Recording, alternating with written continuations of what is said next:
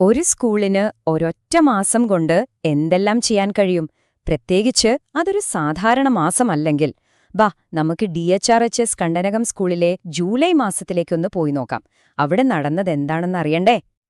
ഒന്നാലോചിച്ചു നോക്കി, ഒരു വർഷത്തെ പരീക്ഷയും കാര്യങ്ങളുമൊക്കെ തീർക്കുന്നതിന്റെ തിരക്ക്, അതേസമയം തന്നെ പുതിയ അധ്യയന വർഷം തുടങ്ങുന്നതിന്റെ ആവേശവും രണ്ടും കൂടി ഒരുമിച്ച് വന്നാൽ എങ്ങനെയുണ്ടാകും?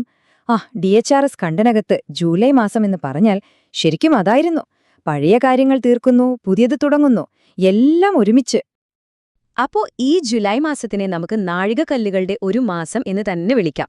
ഒരേ സമയം പഴയ വർഷം തീർക്കുന്നു, പുതിയതിന് തുടക്കമിടുന്നു. എന്തൊക്കെയാണ് അവിടെ സംഭവിച്ചതെന്ന് നമുക്ക് വിശദമായിട്ട് തന്നെ നോക്കാം.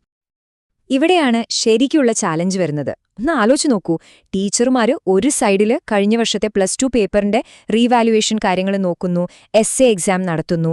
അതേസമയം മറുഭാഗത്ത് പുതിയ +1 കുട്ടികളുടെ അഡ്മിഷൻ, അവരുടെ ക്ലാസുകൾ, +2കാരുടെ മിഡ് ടേം എക്സാം.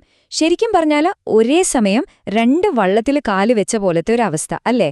എല്ലാം കൂടി മാനേജ് ചെയ്യണം. പക്ഷേ ഇത്രയൊക്കെ തിരക്കുണ്ടായിട്ടും സ്കൂളിന്റെ ഫോക്കസ് ഒന്നിൽ മാത്രമായിരുന്നു: സ്റ്റുഡൻസിന്റെ വിജയം. അതുറപ്പാക്കാൻ അവരെന്തൊക്കെ ചെയ്തു? നമുക്ക് നോക്കാം. ആ വിജയത്തിലേക്കുള്ള ആദ്യത്തെ സ്റ്റെപ്പ് എന്താ? പുതിയ കുട്ടികളെ സ്വാഗതം ചെയ്യുക എന്നത് തന്നെ. ജൂലൈ ആയപ്പോഴേക്കും 151 പുതിയ കുട്ടികളാണ് +1ലേക്ക് അഡ്മിഷൻ എടുത്ത് സ്കൂളിന്റെ ഭാഗമായത്.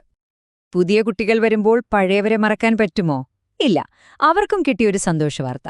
റീവാലുവേഷൻ റിസൾട്ട് വന്നപ്പോ ഫുൾ A+ കിട്ടിയവരുടെ എണ്ണം 16ൽ നിന്ന് 18ആയി ഉയർന്നു. അതൊരു വലിയ നേട്ടമാണ്. കഥ അവിടെയും തീരുന്നില്ല. അതായത് ഇംപ്രൂവ്മെന്റ് എക്സാമിലൂടെ 6 കുട്ടികൾ കൂടി ജയിച്ചു കയറി. ഇതിൽ നിന്നെന്താ മനസ്സിലാക്കേണ്ടത്? പുതിയ കുട്ടികളുടെ കാര്യങ്ങൾ നോക്കുന്നതിന്റെ ഇടയിലും നിലവിലുള്ള ഓരോ കുട്ടിക്കും ആവശ്യമായ സപ്പോർട്ട് കൊടുക്കാൻ ആ സ്കൂളിനു പറ്റി. ഇനി പഠിപ്പില് കുറച്ചുകൂടി ഹെൽപ്പ് വേണ്ട കുട്ടികളുണ്ടാവുമല്ലോ, അവരെ സ്കൂൾ മാറുന്നോ? ഇല്ല. എക്സാം ഡ്യൂട്ടിയൊക്കെ കഴിഞ്ഞ ഉടനെ അവർക്ക് വേണ്ടിയുള്ള സ്പെഷ്യൽ ഈവനിംഗ് കോച്ചിംഗ് ക്ലാസുകൾ വീണ്ടും തുടങ്ങി. ഓരോ കുട്ടിയെയും ശ്രദ്ധിക്കുന്നു എന്നതിന്റെ ഏറ്റവും നല്ല ഉദാഹരണമാണിത്. ഇനി കേൾക്കാൻ പോകുന്നത് വളരെ പ്രധാനപ്പെട്ട ഒരു കാര്യമാണ്. ജൂലൈ 29-ന് ഒരു സ്റ്റാഫ് മീറ്റിംഗ് നടന്നു. അവിടെ എടുത്ത ഒരു തീരുമാനമുണ്ട്. അതായത് പഠനത്തിൽ വളരെ പിന്നോട്ട് നിൽക്കുന്ന കുട്ടികളെ ഓരോ ടീച്ചറും ദത്തെടുക്കുക. എന്തിനാണെന്നോ? സ്കൂളിന്റെ വിജയം 100% എത്തിക്കാൻ. ഇതൊരു സാധാരണ തീരുമാനമല്ല, വളരെ പേഴ്സണലായൊരു സമീപനമാണ്. നമുക്കെല്ലാവർക്കും അറിയാം, പഠിപ്പെന്നു പറയുന്നത് ക്ലാസ് മുറിയിൽ മാത്രം ഒതുങ്ങുന്ന ഒന്നല്ല, അല്ലേ? അപ്പോൾ കുട്ടികളുടെ ഒരു ഓൾറൗണ്ട് ഡെവലപ്മെന്റിനു വേണ്ടി ജൂലൈ മാസത്തിൽ എന്തൊക്കെ ചെയ്തു എന്ന് കേട്ടാൽ നമ്മൾ ശരിക്കും അതിശയിച്ചു പോകും. കുട്ടികളെ നല്ല പൗരന്മാരാക്കാൻ വേണ്ടിയുള്ള ഒരുപാട് കാര്യങ്ങൾ നോക്കൂ. NSS വഴി സാമൂഹിക സേവനം, ഹെൽത്ത് ക്യാമ്പുകൾ, കരിയറിനെക്കുറിച്ചും നിയമത്തെക്കുറിച്ചും ക്ലാസുകൾ, പിന്നെ ലഹരിക്കെതിരെയുള്ള ബോധവൽക്കരണം, ക്യാമ്പസ് സേഫ്റ്റി, ഇങ്ങനെ ഒരു നീണ്ട ലിസ്റ്റ് തന്നെയുണ്ട്.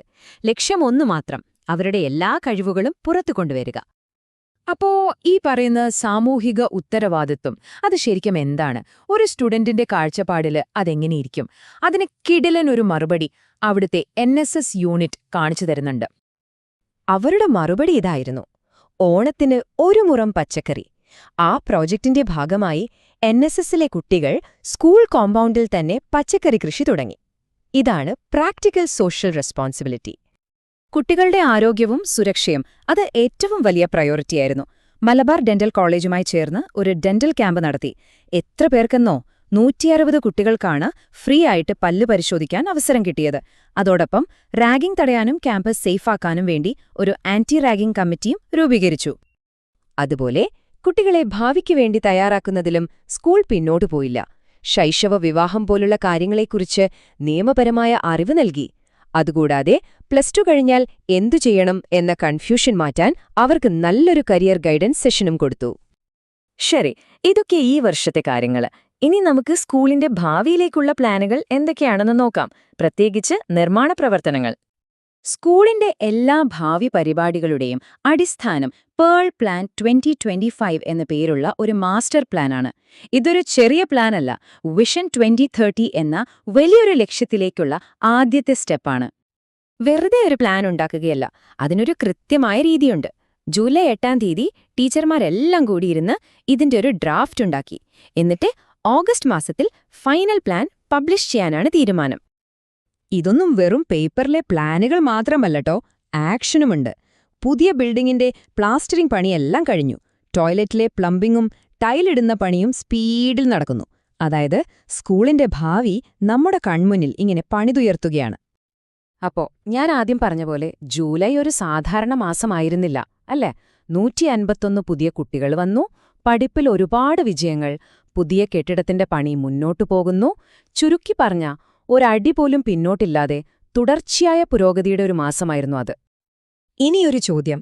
ഒരൊറ്റ മാസം കൊണ്ട് ഇത്രയൊക്കെ ചെയ്യാൻ ഈ സ്കൂളിന് പറ്റിയെങ്കിൽ ഒരു കൊല്ലം മുഴുവൻ കിട്ടുമ്പോ ഈ കുട്ടികൾക്ക് എന്തെല്ലാം അവസരങ്ങളായിരിക്കും അവിടെ കിട്ടാൻ പോകുന്നത്? ഒന്ന് ആലോചിച്ചു നോക്കൂ.